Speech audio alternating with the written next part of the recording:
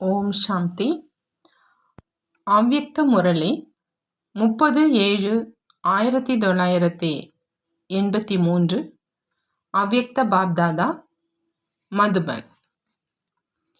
இன்றைய முரளியின் தலைப்பு, எங்கு உண்மையான அன்பு இருக்கிறதோ அங்கு துக்கத்தின் அலைகள் இல்லை. மன்மோகினி தீதிஜி அவங்க தன்னுடைய உடலை தியாகம் செய்த வேளையில பாப்தாதா கூறிய மகா வாக்கியங்கள் இது. இன்று உறுதியான ராஜ்ய அதிகாரி, உறுதியான ஆடாத நிலையில இருக்கக்கூடிய வெற்றி குழந்தைகளை பார்த்துட்டு இருக்கிறோம் அப்படின்னு பாப்தாதா சொல்றாங்க.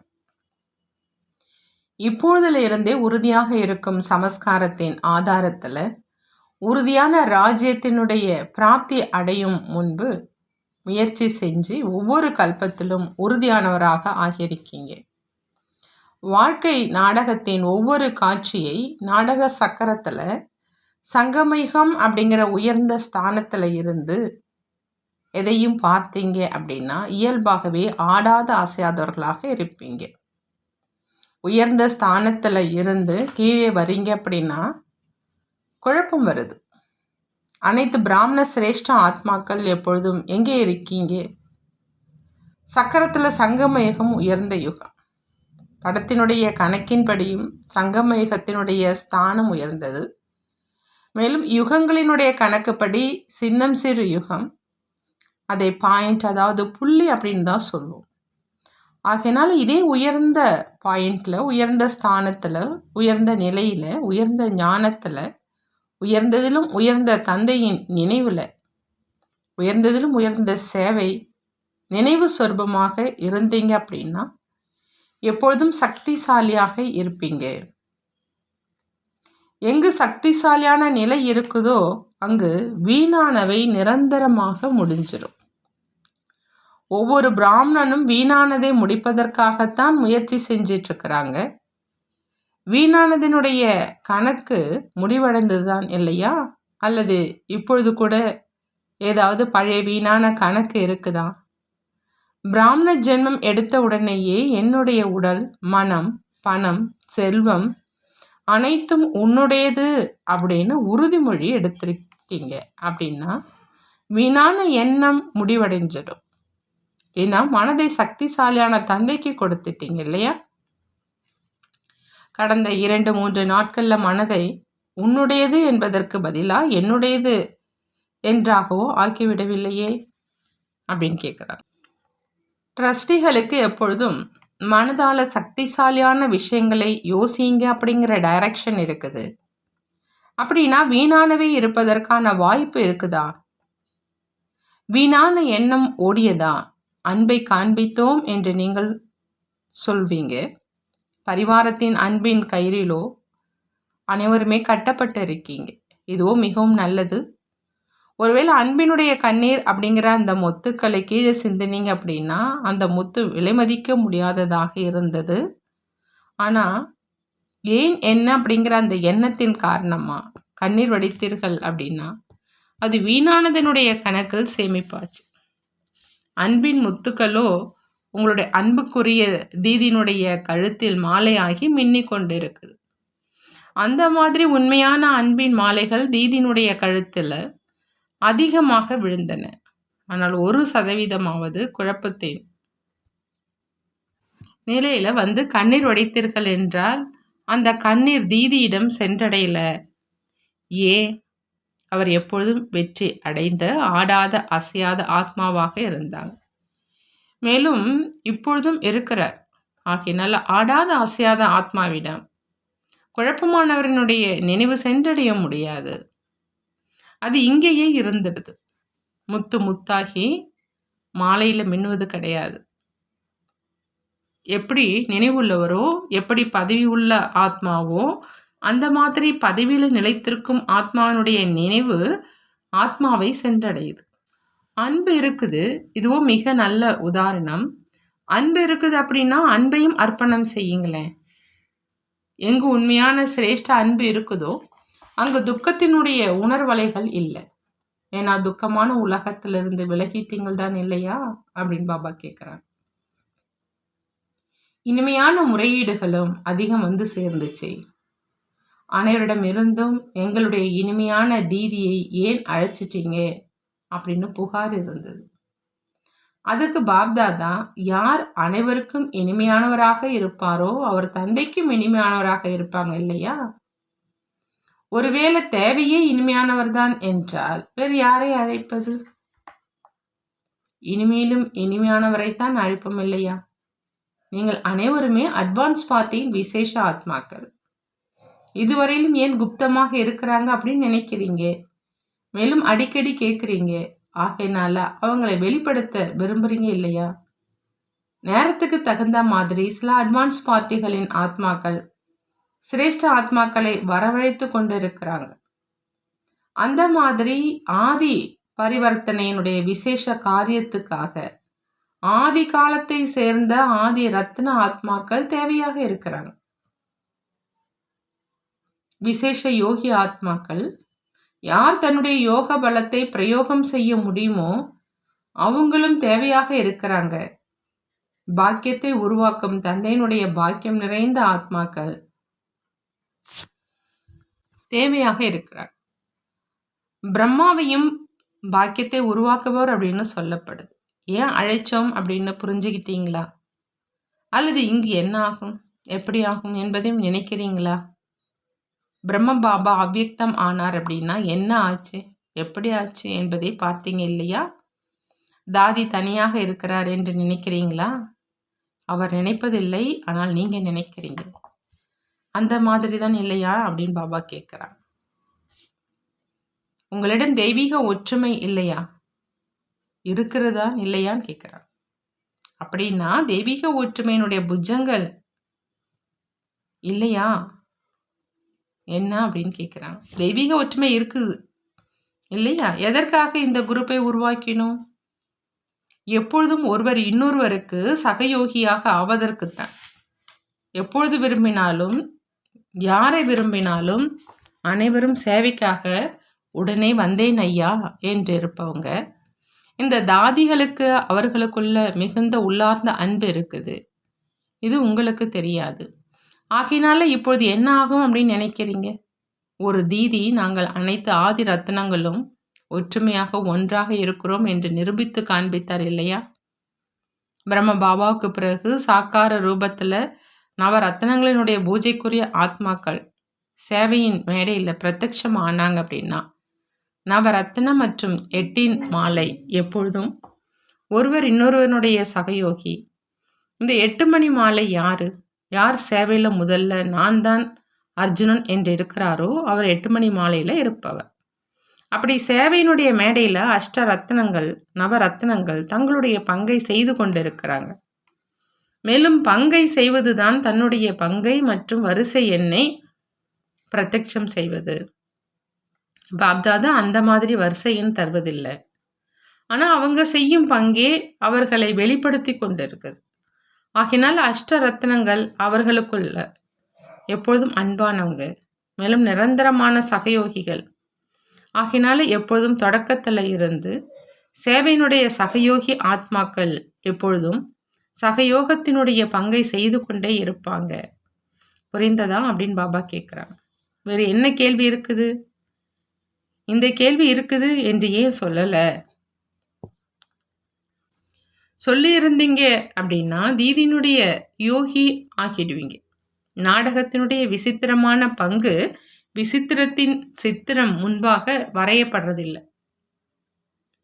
குழப்பத்திற்கான சோதனை திடீரென இருக்கும். மேலும் இப்பொழுதும் இந்த விசேஷ ஆத்மாவினுடைய பங்கு இதுவரையிலும் எந்தெந்த ஆத்மாக்கள் சென்றுட்டாங்களோ அவங்கள விட வித்தியாசமானது, மேலும் அன்பானது. ஒவ்வொரு சேத்திரத்தில் இந்த சிரேஷ்ட ஆத்மாவினுடைய துணையை சகயோகத்தை அனுபவம் செஞ்சுக்கிட்டே இருப்பாங்க. பிரம்ம பாபாவுக்கு அவருக்கென்ற பங்கு இருக்குது. அவர் மாதிரியான பங்கு வேறு யாருக்கும் இருக்க முடியாது.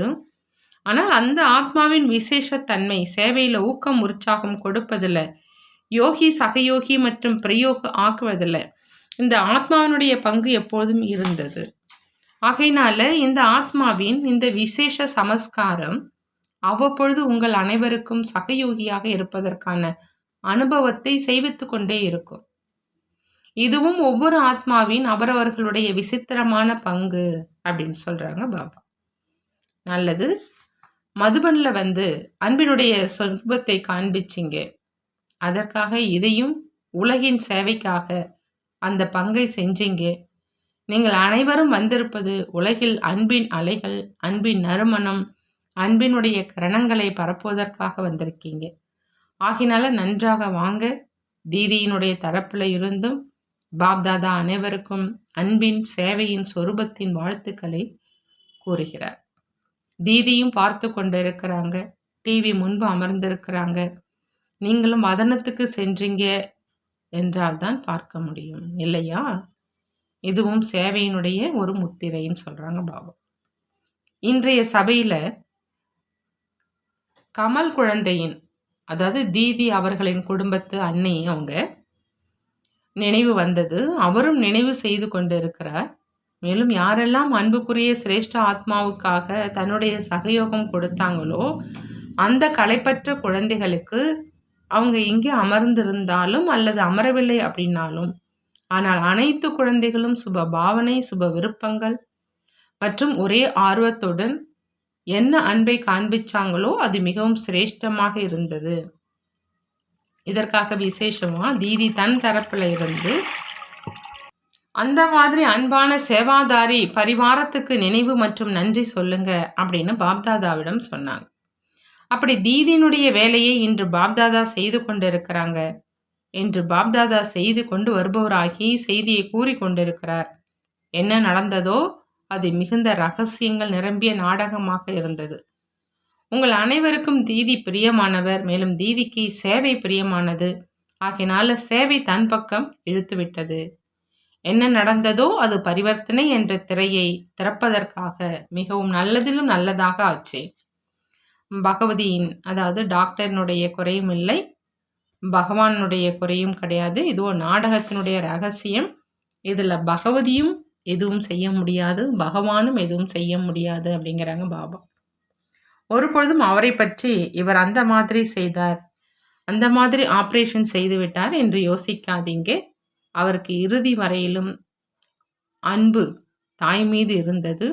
எனவே அவர் தன் தரப்பிலிருந்து எந்த குறையும் வைக்கவில்லை. நடந்ததோ நாடகத்தினுடைய காட்சி. புரிந்ததா அப்படின்னு பாபா கேட்குறாங்க. அதனால வேறு எந்த விதமான சிந்தனைகளையும் செய்யாதீங்கன்னு சொல்கிறாங்க. இன்றோ கட்டளைப்படி நடப்பவராக மட்டுமாகி தீதியினுடைய தரப்பில் இருந்து செய்தி கொடுப்பவராகி வந்திருக்கிறோம். அனைத்து உறுதியான நிலையில் நிலைத்திருக்கக்கூடிய உறுதியான ராஜ்ய அதிகாரி நிச்சயபக்தியுடைய கவலையற்ற வெற்றி அடையும் குழந்தைகளுக்கு இன்று திருமூர்த்தி அன்பு நினைவுகள் கொடுத்து கொண்டிருக்கோம். மேலும் நமஸ்காரம் சொல்கிறாங்க. நாமும் நம்மளுடைய பாப்தாதாவுக்கு அன்பு நினைவுகள் மற்றும் நமஸ்காரம் செய்வோம். நல்லது. தெய்வீக ஒற்றுமை இங்கு வந்துடணும். மேடையில் பாப்தாதா அனைத்து தாதிகளையும் அழைச்சாங்க. மேலும் மாலையின் ரூபத்தில் அமர வச்சாங்க. மாலையோ உருவாகிவிட்டது இல்லையா தாதியிடம். இப்போது இவர் ஜானகி தாதி, மேலும் அவர் சந்திரமணி தாதி. உங்களுடைய விசேஷ சகயோகிகள் இந்த ரதத்துக்கு, அது குல்சார் சகோதரிக்கு இரட்டை பங்கு இருக்குது. பாப்தாதாவின் பங்கு மற்றும் இந்த பங்கு, அப்படி இரட்டை பங்கு. அனைவரும் உங்களுடைய சகயோகிகள் தான். இவரை, அதாவது நிர்மல் சாந்தா தாதியை பருவகாலம் நன்றாக இருக்கும்போது மட்டும் அழையுங்க. நீங்கள் அனைவரும் பறக்கும் பறவைதான் இல்லையான்னு பாபா கேட்குறாங்க. இந்த சேவையின் பந்தனமும் இல்லை. சுதந்திரமான பறவை அப்படின்னா கைத்தட்டப்பட்டது உடனே பறந்து விட்டார், அந்த மாதிரி தான் இல்லையான்னு கேட்குறாங்க. சுதந்திர பறவை எந்த ஒரு விசேஷ ஸ்தானம் மற்றும் விசேஷ சேவையின் பந்தனம் இல்லை. உலக சேவையினுடைய பந்தனம், இல்லைக்கு அப்பாற்பட்ட சேவையினுடைய பந்தனம். எனவே சுதந்திரமாக இருக்கீங்க. எப்பொழுதெல்லாம் எங்கு அவசியம் இருக்குதோ அங்கே முதல்லன்னா ஒவ்வொரு ஆத்மாவுக்கும் அவரவர்களுடைய பங்கு இருக்குது. தெய்வீக ஒற்றுமை பாலனை செய்கிறவங்க, மேலும் மனோகர் பாற்றி சேவையினுடைய சேத்திரத்தில் முன்னேறி சென்று கொண்டிருக்கிறவங்க. இப்பொழுதும் சேவையின் கூடவே பாலனையினுடைய விசேஷ அவசியம் இருக்குது. எப்படி தீதியை பாலனையின் கணக்குப்படி அநேக ஆத்மாக்கள் தாயின் சொரூபத்தில் பார்த்துக்கிட்டே இருந்தாங்க. பொதுவாக தாய் தந்தை ஒருவர், ஆனால் நடைமுறையில் பொறுப்பாளராகி பங்கை செய்த காரணத்தினால பாலனை கொடுப்பதனுடைய விசேஷ பங்கை ஆற்றினாங்க. அதே மாதிரி யார் ஆதி ரத்தினமாக இருக்கிறாங்களோ அவங்களுக்கு பாலனை கொடுப்பதில் தந்தையினுடைய பாலனையை பெறுவதற்கு உரியவராக ஆக்குவதின் பாலனை கொடுக்கணும். தந்தையினுடைய பாலனையை பெறணும், ஆனால் தந்தையின் பாலனையை பெறுவதற்கும் பாத்திரமானராகவோ ஆக்க வேண்டும் இல்லையான்னு கேட்குறாங்க. அந்த பாத்திரமாக்கும் சேவையை இந்த ஆத்மா, அதாவது தீதி அவங்க மிக நன்றாக நம்பர் 1ல் செஞ்சாங்க. நீங்கள் அனைவரும் நம்பர் 1 தான் இல்லையான்னு பாபா கேட்குறாங்க. நீங்கள் 2வது எண்ணின் மாலையிலோ இல்லைதானே? முதல் மாலையில் இருக்கீங்க இல்லையா? அப்படி முதல் மாலையை சேர்ந்தவங்க அனைவரும் நம்பர் 1. நல்லது, பாண்டவர்களையும் அழையுங்கன்னு சொல்கிறாங்க. பாப்தாதாவினுடைய எதிரில் அனைத்து முக்கியமான சகோதரர்கள் மேடையில் வந்தாங்க. பாண்டவர்களும் ஆதி ரத்னங்கள் தான். பாண்டவர்களும் மாலையில் இருக்கிறாங்க. சக்திகள் மட்டும் இருக்கிறாங்க அப்படின்லாம் கிடையாது, பாண்டவர்களும் இருக்கிறாங்க. எந்த மாலையில் உங்களை நீங்கள் பார்க்குறீங்க அப்படின்னு பாபா கேட்குறாங்க. அதை நீங்கள் ஒவ்வொருவருமே தெரிஞ்சிருக்கீங்க, மேலும் தந்தையும் தெரிஞ்சிருக்கிறாங்க. ஆனால் பாண்டவர்களும் இதே நினைவு மாலையில் இருக்கிறாங்க. யார் இருக்கிறாங்க? தான் இருப்பதாக யார் யார் நினைக்கிறீங்க? பாண்டவர்களின்றி எந்த ஒரு காரியமும் வெற்றி அடைய முடியாது. எந்த அளவு சக்திகளிடம் சக்தி இருக்குதோ அதே மாதிரி பாண்டவர்களிடமும் விசால சக்தி இருக்குது. ஆகையினால 4 புஜங்களின் ரூபத்தை காண்பிச்சிருக்கிறாங்க. இணைந்திருப்பது இருவர்களுமே இணைந்த ரூபத்தில் இந்த சேவையின் காரியத்தில் வெற்றி அடைகிறாங்க. இந்த தாதிகள் தான் அஷ்ட தேவதைகள் அல்லது இவர்கள் தான் 9 ரத்னங்கள் அப்படின்லாம் நினைக்காதீங்க. ஆனால் பாண்டவர்களிலும் இருக்கிறாங்க. புரிந்ததா அப்படின்னு பாபா கேட்குறாங்க. அந்த அளவு பொறுப்புங்கிற கிரீடம் எப்பொழுதுமே தலையில் இருக்கணும். எப்பொழுதுமே கிரீடம் இருக்குதான் இல்லையா? அனைவரும் ஒருவர் இன்னொருவருக்கு சகயோகி ஆகணும். இவர்கள் அனைவரும் தந்தையினுடைய புஜங்கள் மற்றும் நடைமுறையில் பொறுப்பாளராக இருக்கும் தாதியின் சகயோகி ஆத்மாக்கள். எப்போதும் நாங்கள் ஒருவர் அப்படிங்கிற இந்த கோஷம்தான் வெற்றிக்கான வழி. சமஸ்காரம் ஒத்துப்போவது அப்படிங்கிற அந்த நடனம் செய்பவர் எப்பொழுதுமே ஒவ்வொரு ஜென்மத்திலும் சிரேஷ்ட ஆத்மாக்களின் சபையில் நடனம் ஆடிக்கொண்டே இருப்பாங்க. இங்கே இணைந்து நடனம் ஆடுவது அப்படின்னா எதிர்காலத்தில் எந்த வாழ்க்கை பங்கை செய்வீங்க அப்படின்னு கேட்குறாங்க பாபா. எப்பொழுதும் சிரேஷ்ட ஆத்மாக்களின் நண்பர்களாக ஆவீங்க, உறவினர்கள் ஆவீங்க. மிக அருமையான உறவினன். ஆனால் உறவினன் மற்றும் நண்பன் அப்படிங்கிற இந்த 2 சொரூபத்தில் உடன் இருப்பவங்க. நண்பனுக்கு நண்பனாகவும் உறவினனுக்கு உறவினனாகவும் இருக்கீங்க. அப்படி நீங்கள் பொறுப்பில் இருக்கிறவங்க. இதுதான் தீதியினுடைய ஆன்மீக உரையாடலாக இருந்தது. ஆகையினால அனைத்து பாண்டவர்கள் மற்றும் சக்திகள் ஒரு தந்தையின் ஸ்ரீமத் அப்படிங்கிற பூச்செண்டில் மலர்களாக ஆகுங்க. உங்கள் அனைவருக்கும் தீதி மேலே விசேஷ அன்பு இருக்குதான் இல்லையான்னு பாபா கேட்குறாங்க. நல்லது, இன்றோ அப்படியே சந்திப்பு செய்வதற்காக வந்தோம். ஆகையினால இப்பொழுது விடை பெறுகிறோம் அப்படின்னு சொல்கிறாங்க. தாதி அவங்க பாப்தாதாவின் எதிரில் போக வச்சாங்க. அதற்கு பாபா கூறினார், இன்று காரியமாக சந்திக்க வந்திருக்கிறோம், எனவே எதையும் ஏற்றுக்கொள்ள மாட்டோம். முதல்ல குழந்தைகள் ஏற்றுக்கொள்கிறாங்க, பிறகு தந்தை, பின்பு எப்போதும் சந்தித்து கொண்டே இருப்போம், அருந்தி கொண்டே இருப்போம், உபசரித்து கொண்டே இருப்போம். இன்றோ தீதியினுடைய செய்தியாளராகி வந்திருக்கிறோம். செய்தி கொண்டு வருபவர் செய்தியை கொடுத்துவிட்டு சென்று விடுகிறார். தாதியுடன் கை குலுக்கி விட்டு வாங்க அப்படின்னு தீதி சொன்னாங்க. பாப்தாதா தாதி அவங்களுக்கு கை கொடுத்தார். பிறகு வதனத்துக்கு பறந்து போயிட்டாங்க. பாபா வரதானம் கொடுக்குறாங்க. சுயராஜ்ய அதிகாரியாக ஆகி கர்ம இந்திரியங்களை தன்னுடைய கட்டளைப்படி நடத்தி வைக்கக்கூடிய அழியாத ஆசனத்தில் அமர்ந்திருப்பவரிலிருந்து இதய சிம்மாசனத்தில் அமர்ந்திருப்பவர் ஆகுக. சுயராஜ்ய அதிகாரியாகி கர்ம இந்திரியங்களை தன்னுடைய கட்டளைப்படி நடத்தி வைக்கக்கூடிய அழியாத ஆசனத்தில் அமர்ந்திருப்பவரிலிருந்து இதய சிம்மாசனத்தில் அமர்ந்திருப்பவர் ஆகுக. நான் அழியாத ஆசனத்தில் அமர்ந்திருக்கும் ஆத்மா, அதாவது சுயராஜ்ய அதிகாரி ராஜா ஆவேன். எப்படி ராஜா எப்பொழுது ஆசனத்தில் அமர்ந்திருக்கிறாங்களோ அப்போ அனைத்து வேலை செய்கிறவங்க கட்டளைப்படி நடந்துப்பாங்க இல்லையா? அந்த மாதிரி ஆசனத்தில் அமர்ந்திருப்பவர் ஆகிறதுனால இந்த கர்ம இந்திரியங்கள் இயல்பாகவே கட்டளைப்படி நடக்கும். யார் அழியாத ஆசனத்தில் அமர்ந்திருப்பவராக இருப்பாரோ அவருக்காக தந்தையின் இதய சிம்மாசனமோ இருக்கவே இருக்குது. ஏன்னா ஆத்மா அப்படின்னு புரிந்து கொள்வதனால தந்தையினுடைய நினைவு வருது. பிறகு தேகமும் இல்லை, தேகத்தின் சம்பந்தமும் இல்லை, பதார்த்தங்களும் இல்லை. ஒரு தந்தை தான் உலகம். ஆகையினால அழியாத ஆசனத்தில் அமர்ந்திருப்பவர் இயல்பாகவே இதய சிம்மாசனதாரியாக ஆகிறாங்க. ஸ்லோகன்: நிர்ணயம் செய்வது, பகுத்தறிவது மற்றும் கிரகிக்கும் சக்தியை தாரணை செய்வதுதான் புண்ணிய அன்னப்பறவை ஆவது. நிர்ணயம் செய்வது, பகுத்தறிவது மற்றும் கிரகிக்கும் சக்தியை தாரணை செய்வதுதான் புனித அன்னப்பறவையாக ஆவது. நல்லது. ஓம் சாந்தி. நன்றி பாபா. நன்றி.